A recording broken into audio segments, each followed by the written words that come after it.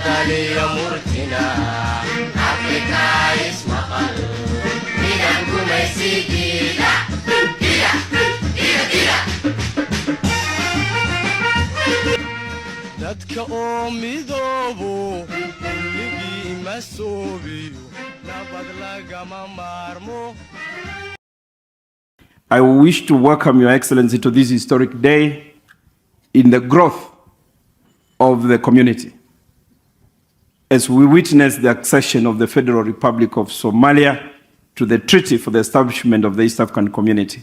Your Excellency, this is also live in our televisions, and therefore we have many East Africans witnessing this. Our mission is clear: strengthen friendship, contribute to prosperity, and actively shape a brighter future for the population of this community. Somalia's membership is not just timely but natural, enhancing the bloc's trade and investment potentiality. Somalia's geostrategic significance will elevate the community's global reference and strategic importance.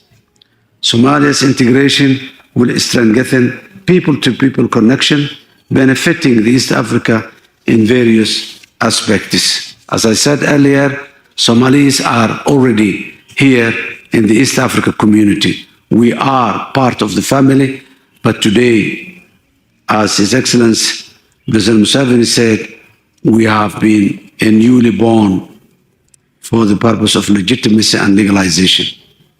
Today's ceremony signifies a commitment of both Somalia and East Africa community to come together in the spirit of African unity for the mutual benefit of our peoples.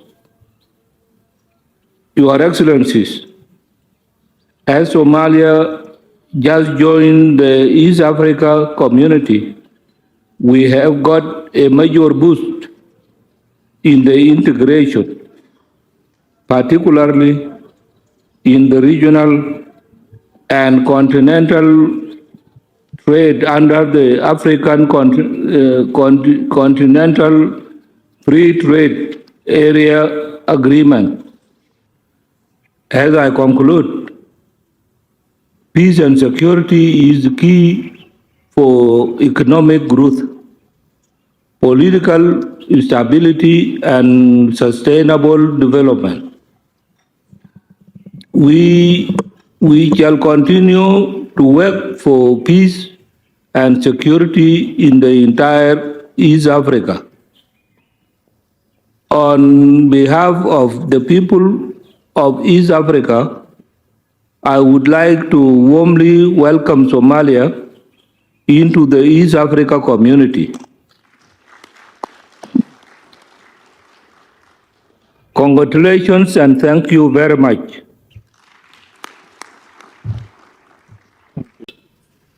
The Secretariat decided to have this ceremony here. And I am here now in I think, 4 capacities. Capacity number 1, I belong to one of the most indigenous tribes in this part of the world, who have been here for a long time, our tribes here. So I can tell you what was happening long before the Europeans came, before the Arabs came. I am here. I have all the information. Secondly, I am here as an activist who for the last 60 years we have been pushing for some of these African programs. Number 3, you heard that I was one of the founders in 1999 when we resurrected the East African community in Arusha. Now, number 4, I am still around here.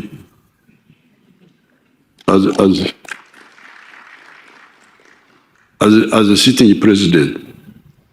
So therefore, it's my duty to, again, as I told you in Arusha, to remind you of the logic. What is the logic of East Africa? Why? Why East Africa? Reason number one, for the last 60 years, following our elders, Mwalimu Nyerere, Mzee Kenyatta, Jaramogi Odinga, Tom Mboya was a big supporter of the integration. Joseph Murumbi. I will not mention Njonjo. That one I will not mention. That one was on another line. But these people are then the ones in Tanzania, in Burundi, Rwagasore, Lumumba in Congo. So this has been the group that has been pushing for this logic. And what is the logic? 3 points. Question number one, do you want prosperity for your people or not? If you say you want prosperity for your people, then the question is how? How will you achieve it? Will you achieve it by getting aid from Europe or what? No, the answer is no. The only way you can achieve sustainable prosperity is when you produce a good or a service and sell it. You sell it today, you sell it tomorrow, you build up prosperity of the home, prosperity of the company, if you have got a company, prosperity of the country. But then, if you say prosperity comes from selling goods and services, who buys? Who buys? That now leads you to the next question, that the more buyers you have, the better. This is really the logic of number one, prosperity. Do you want prosperity for your people or not? And if you want examples, they are there in the world. The United States is now one of the richest countries in the world. But neighboring, there is Latin America. In terms of natural resources, Latin America has got more natural resources than the United States. More water, more minerals, more forests, and yet they are the most miserable people in the world. You see them walking on foot, going to the United States to look for food, to look for running from a resources-rich continent to a much less richer part of the world because of the other one is better organized. That United States created space for people who want to do business. If I'm a businessman in New York, what I produce can be sold up to California. So how will I not be rich? How will I not be progressive? So therefore, the challenge which the Africans have is, what are you trying to do? Are you trying to build a Latin America in Africa? Or a United States of Africa in Africa? If you say you are determined to build a Latin America in Africa, then God bless you. So this is the first logic. The second logic is strategic security. How can we be secure from, you see what's happening in the world, the wars, the what, and what happened to us? How can we be secure? Can Uganda alone be secure in the world? Even if Uganda becomes a developed country, can it be secure really? Against America, against China. Now, suppose China decides to become an imperialist power. They are developing now. They don't have a lot of resources inside China. There are very many people there. Suppose they are saying we are too many here. Some of us should go to Africa. How shall we defend ourselves against? So that's why we say the second logic is strategic security. And so I welcome to Uganda. Uganda is your home.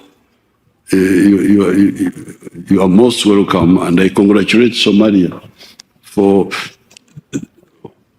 Somalia is already part of the community. I'm sure if you go to Mogadishu now, you'll find goods in the shops from Kenya. I'm sure from Kenya or even from Uganda, if you go in the shops. So this idea that what is happening now is baptism of what is already happening on the ground. The Muslims have baptism, they baptize also. Thank you. I thank you so much, and I welcome you to Uganda.